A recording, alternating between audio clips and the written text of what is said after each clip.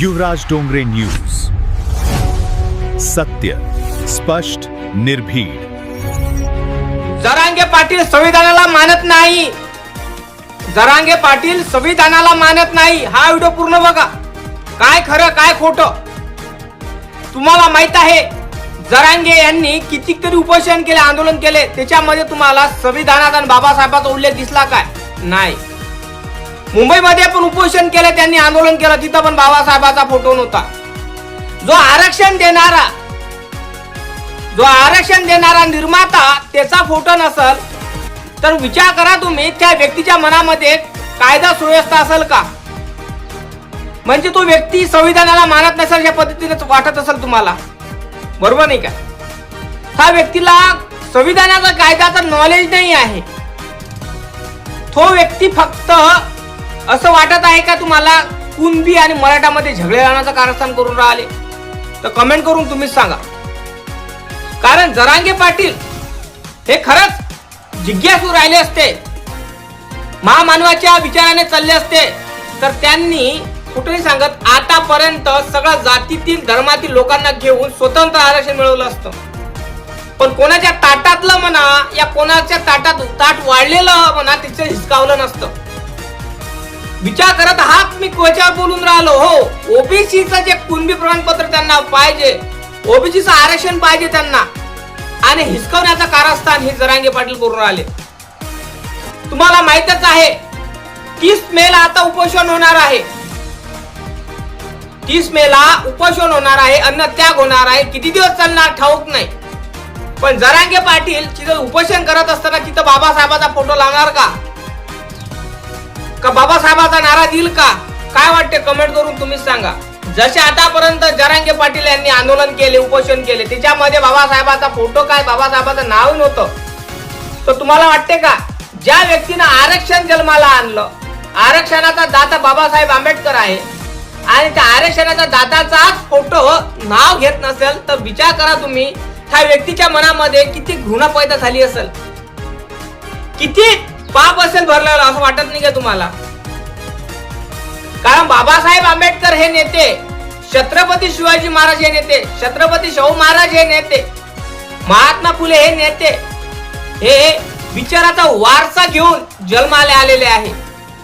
त्यांनी समाजासाठी जातीवाद न करता त्यांनी समाजासाठी हित केलं. सगळ्या समाजाला घेऊन क्रांती निर्माण केली.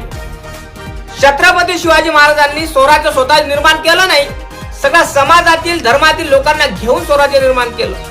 बाबासाहेब आंबेडकरांनी स्वतः संविधान लिहिलं नाही, की त्यांनी सगळ्या समाजाचा, जनतेचा अभ्यास केला तेव्हा ते संविधान लिहिण्यात आलं. त्यात त्यांना संविधान लिहिता आलं असतं काय? नाही. त्यांना अगोदर अभ्यास करायला लागला, कितीतरी जातीचा अभ्यास करायला लागला, धर्माचा अभ्यास करायला लागला, तेव्हाच त्यांनी संविधान लिहिलं ना आपल्यासाठी. मग काय, मग आपण किती महामूर्ख आहे, आपण जातीवाद करून राहिलो, आरक्षणासाठी लढून राहिलो. आरक्षण पाहिजे असं तर स्वतंत्र मागावं हे माझं मत आहे, दुसऱ्याच्या ताटातलं खाऊ नये. कारण बाबासाहेब आंबेडकरांनी कुणबी भावांना स्वतंत्र आरक्षण दिलेलं आहे. आता तुम्हाला माहित आहे एसटी मध्ये वर्गीकरण होऊन राहिलं. ज्या बाबासाहेब आंबेडकरांनी आपल्याला 59 जातीमध्ये आरक्षण दिलं आहे, त्या जातीतील काही हरामखोर लोक म्हणतात की आमचं आरक्षण बौद्धांना खाल्लेलं आहे. बौद्धांना खाल्ल्यामुळं आम्ही नाही जात, आम्ही कलेक्टर झालो असतो.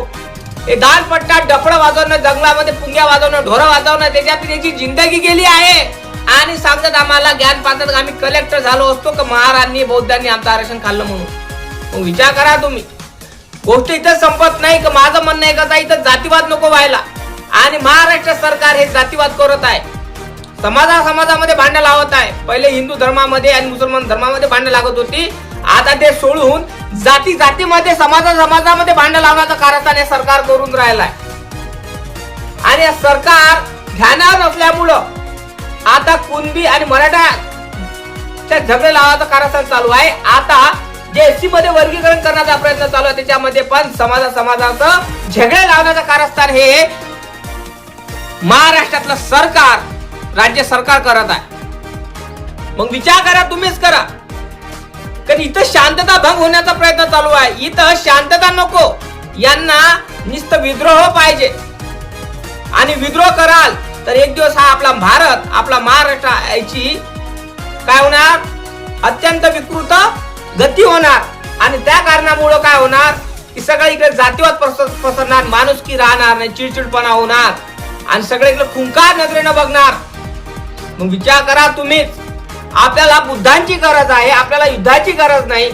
तर माझ्या महाराष्ट्रातल्या जनतेला माझं एकच म्हणणं, जातीवाद करू नका. आणि जरांगे पाटील यांनी 30 मे हे त्या अंतरवालीला उपोषण करणार आहे, त्या ठिकाणी बाबासाहेबांचा फोटो लावणार की नाही मला ठाऊक नाही, पण लावत असेल तर फारच चांगलं आहे. माझं म्हणणं एकच आहे, जरांगे पाटील यांना आरक्षण पाहिजे असेल, त्यांना समजा समाजाला आरक्षण पाहिजे असेल तर त्यांनी सगळ्या समाजाला, धर्माला घेऊन चाललं पाहिजे, तेव्हाच तुम्हाला स्वतंत्र आरक्षण मिळू देणार. नाहीतर तुम्ही कुणबी प्रमाणपत्राच्या मागे लागत असाल तर बोगस प्रमाणपत्र मिळूनच राहिले आणि ते बोगस प्रमाणपत्र लॉंग टाइम नसतं, कधी काय होईल काही सांगता येत नाही. त्या कारणामुळे माझं मत एकच आहे, जरांगे पाटील यांना अंतरवालीमध्ये तुम्ही जे उपोषण करून राहिले 30 मे ला उपोषण करा, या नका करू. पण गोष्ट इथं संपत नाही. तर आपण बाबासाहेब आंबेडकरांचा संविधान निर्माता आहे त्यांचा फोटो तुम्ही जरूर लावा, हे माझं मत आहे. कारण तुम्ही जोपर्यंत कायदा सुव्यवस्था वाचणार नाही, बाबासाहेबाला वाचणार नाही, तोपर्यंत तुम्हाला कसं काय आरक्षण घेता येईल हे समजणार नाही. बाबासाहेब आंबेडकरांनी सगळ्या जाती धर्मातील लोकांना आरक्षण दिलं आहे, कळलं काय?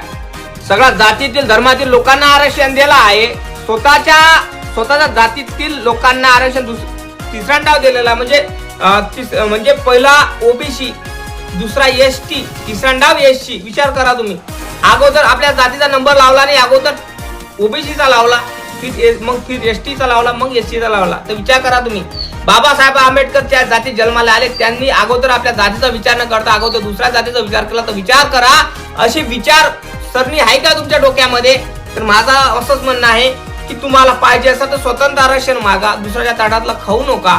आणि बाबासाहेब आंबेडकरांचं फोटो तरी तुम्ही उपोषणाच्या वेळेस लावजा, हे माझं मत आहे. काय वाटतं तुम्हाला नक्की कमेंट करून तुम्ही सांगा. जय भीम, जय शिवराय, जय जवान, जय किसान, जय संविधान.